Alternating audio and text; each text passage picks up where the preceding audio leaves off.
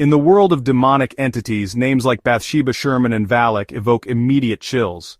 These names have become synonymous with fear, their stories etched into the annals of horror lore. Yet, lurking in the shadows of the Conjuring universe is another equally sinister presence, Malthus. This entity, though not as frequently mentioned, holds a terrifying grip on those who encounter him. He is the malevolent force behind the infamous Annabelle doll, a demonic puppet master pulling the strings of terror. Malthus's influence over Annabelle is not just a simple haunting, it is a calculated manipulation of fear and dread. While less prominently featured than other entities, Malthus's influence is undeniable. His presence is felt in the very air, a chilling reminder of the darkness that lurks just beyond the veil of our reality. His presence adds a chilling layer to the Annabelle storyline, revealing a deeper, more insidious evil at play. The doll becomes more than just a vessel of terror, it is a symbol of Malthus's far-reaching grasp. Malthus is not merely content with haunting a house or possessing a soul, his ambitions stretch far beyond the confines of any single location or individual. His ambition runs far deeper, his goals far more terrifying. He seeks to extend his influence, to spread his malevolence across realms. This is a demon with a plan, a sinister agenda that stretches far beyond the walls of the Warrens' artifact room. Malthus's machinations are intricate, his strategies designed to ensnare and corrupt. He seeks not just to torment, but to corrupt, to break down the barriers between our world and his, and unleash unimaginable chaos upon the unsuspecting world. His ultimate goal is to create a bridge, a dark passage through which he and his kind can invade. The presence of Malthus raises the stakes in the Annabelle narrative. It transforms the story from a simple haunting to a battle against a profound and pervasive evil. He transforms a seemingly simple haunted doll into a conduit for a far greater evil, a gateway through which a malevolent force can infiltrate our world. Annabelle becomes a pawn in his grand scheme, a tool to further his dark ambitions. His existence begs the question, what is Malthus's ultimate goal? What does he hope to achieve through his relentless pursuit of chaos and corruption? And can the combined forces of faith and courage be enough to stop him? The battle against Malthus is not just a fight for survival, but a struggle to protect the very fabric of our reality. Malthus, unlike many demonic entities in popular culture, is not a name conjured from fiction. His origins are deeply rooted in the ancient and often terrifying world of demonology. His roots dig deep into the annals of demonology, drawing upon ancient texts and whispered legends. These texts, often hidden away in the darkest corners of forgotten libraries, speak of his malevolent influence. While not as widely recognized as some of his infernal brethren, Malthus holds a place within the hierarchy of hell, a position that commands both fear and respect among other demonic entities. His name is whispered with fear and reverence by those who dare to delve into such forbidden lore. The mere mention of Malthus can send shivers down the spine of even the most seasoned demonologist. Ancient grimoires and forgotten manuscripts describe Malthus as a powerful demon, a master of deception and manipulation. These texts often warn of his cunning nature and his ability to ensnare the unwary.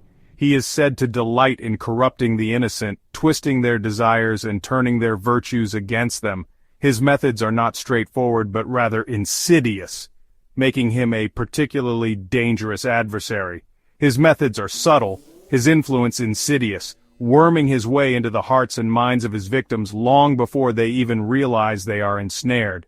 This makes him a master of psychological torment. The historical descriptions of Malthus paint a picture of a creature both cunning and cruel. He is often depicted as a shadowy figure, lurking in the background, waiting for the perfect moment to strike. He is not a force of brute strength or overt aggression, but rather a master manipulator, a whisperer in the dark who preys upon the weaknesses and vulnerabilities of humanity.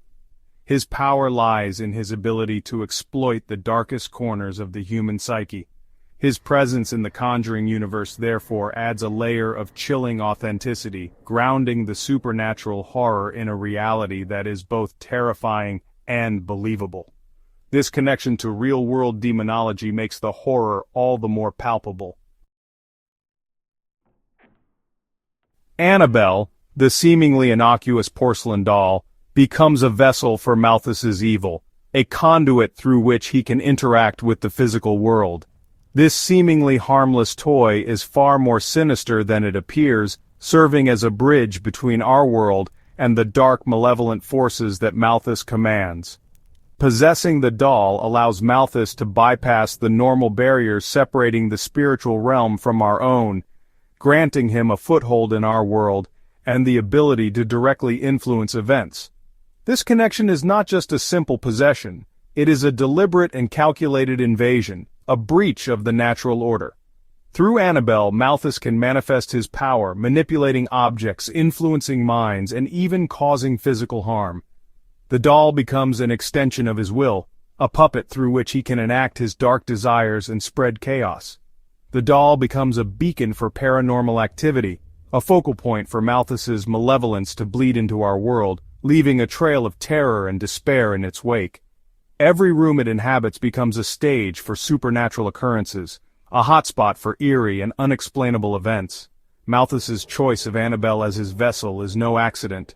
The doll's innocent appearance belies the darkness it harbors, making it the perfect tool for deception. Its childlike visage lures the unsuspecting, masking the true horror that lies within.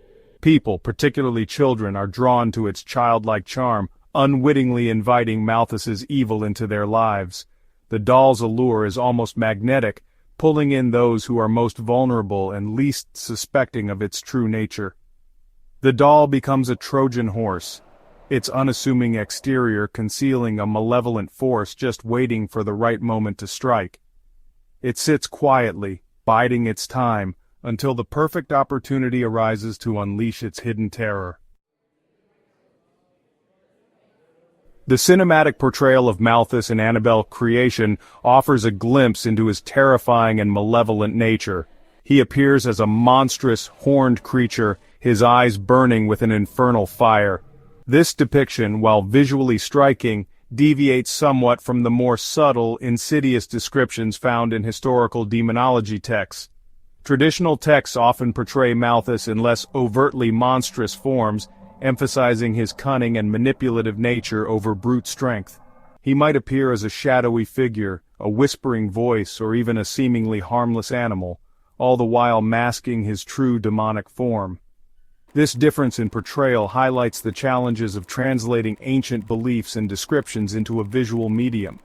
While the film's depiction emphasizes Malthus's power and menace, the historical descriptions offer a more nuanced and perhaps even more unsettling perspective.